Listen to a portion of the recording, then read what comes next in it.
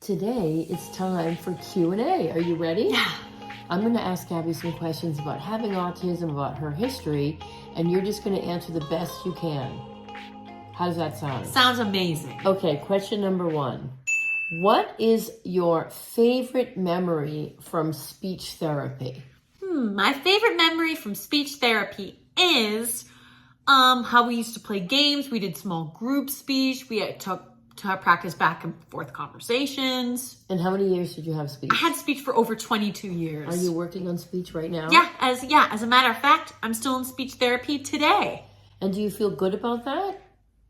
I do. Were you... But sorry. I'm learning the 3 parts of the brain in this kind of speech.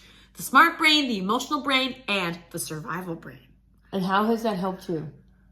It's helped me tremendously. Like whenever I'm dysregulated, my smart brain turns off completely and the emotional and survival brains take over.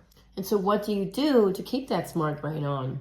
Do my 5 senses, especially auditory input of the sound of the old dial-up internet from back in the day.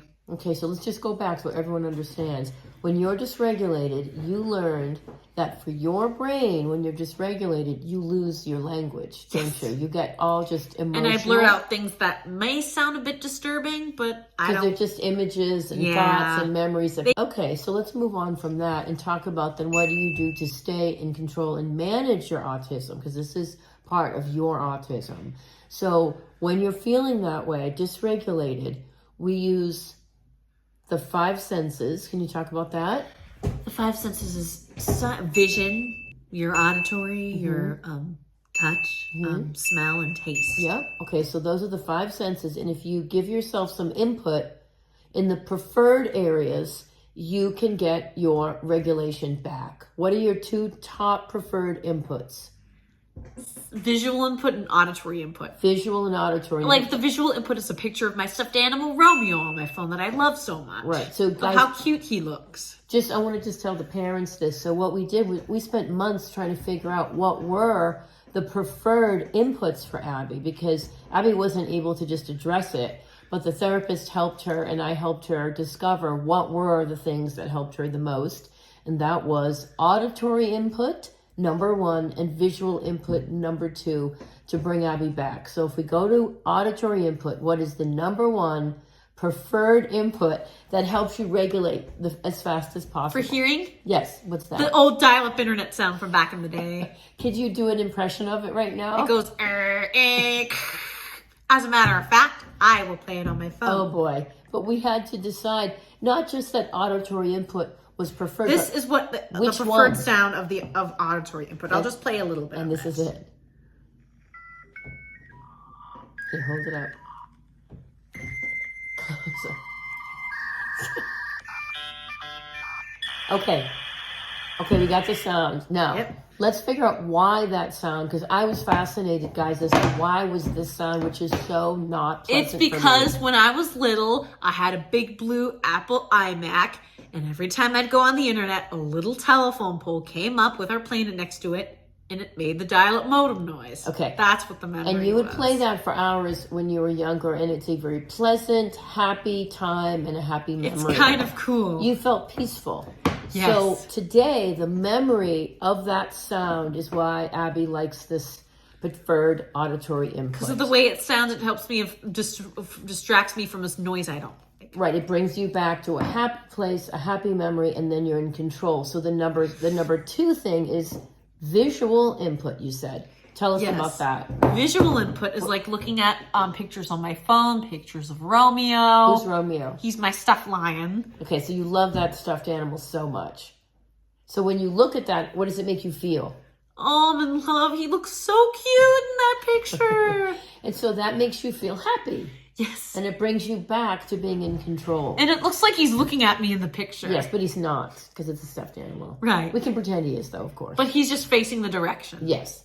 So those 2 things are so important for Abby to be in control of her autism. Is it okay if I say it that way? Yes. Does that sound accurate? By using these inputs, she can then help to manage bringing herself back to center, which I think is a huge and great discovery.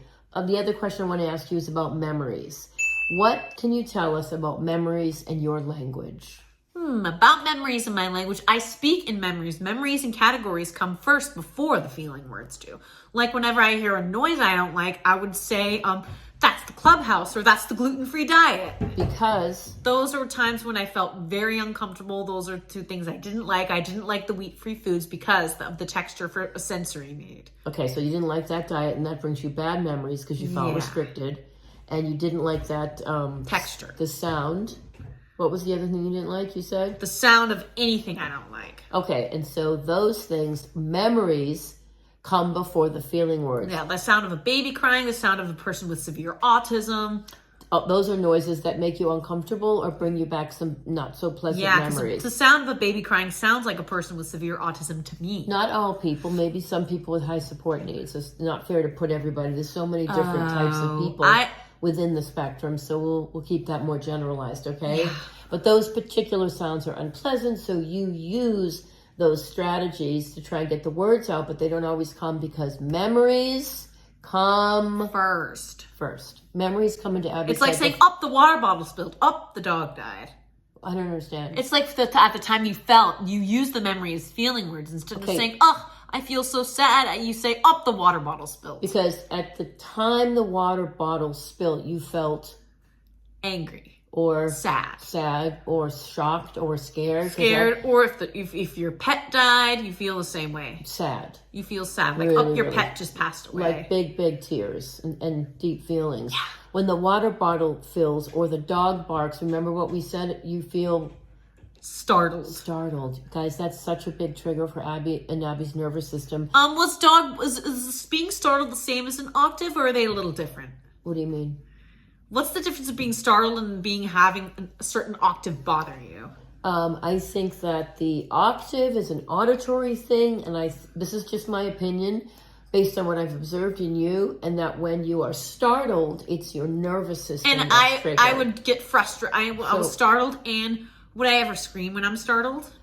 You had big reactions to being startled, and that's why you hated dogs. It wasn't the barking as I thought it was. It's actually the unpredictability of being startled. Like I thought the dog was going to attack me, and it shouldn't have. But it never did. It's just that dogs bark, and they always will bark. You either get used to them or you hide. Just like how the sound of a baby crying is an auditory issue. Also with some certain kids' TV shows too. Those are things that you don't like connected to memories. But we just want to wrap this up and say that I've learned that if your loved one with autism is speaking in memories, was doing a lot of scripting, a lot of echolalia, repeating things off of TV like Abby did. I think there's a connection to memory and language.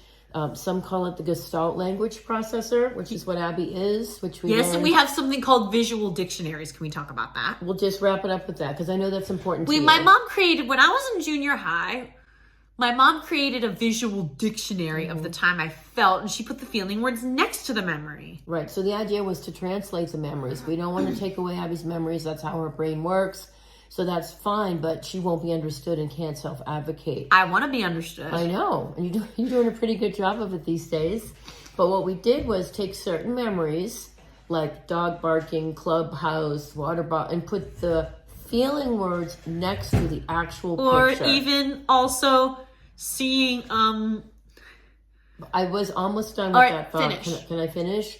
So by putting the actual memory with a crayon on a piece of paper 15 years ago, before we had AI, it was a picture of a memory that Abby could identify, but we put the actual feeling words next to it so she could look at it as a template of her own thinking.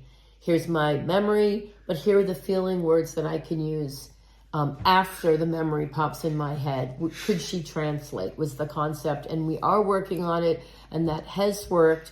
And a lot of times, sometimes when you get confused or you start to go to a memory, remember what I say as a prompt? I say, I feel effing pissed.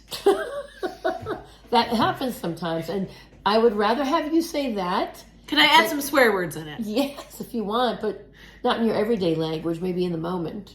Right. Does that make you laugh? Anyways, she's come so far in this area, but it's come with a lot of work, a lot of detective work, really breaking it down for how autism affects Abby. So I'm really proud of you, though. You've come so far. Can you believe it yourself? Do you feel really great about it? Yes. This is Okay. why I've always wanted to be a grown woman, because I knew I could do more things. And look at you now. I'm your +1 when we go to events. Yeah. All right, more on this later. Thank you. You're welcome.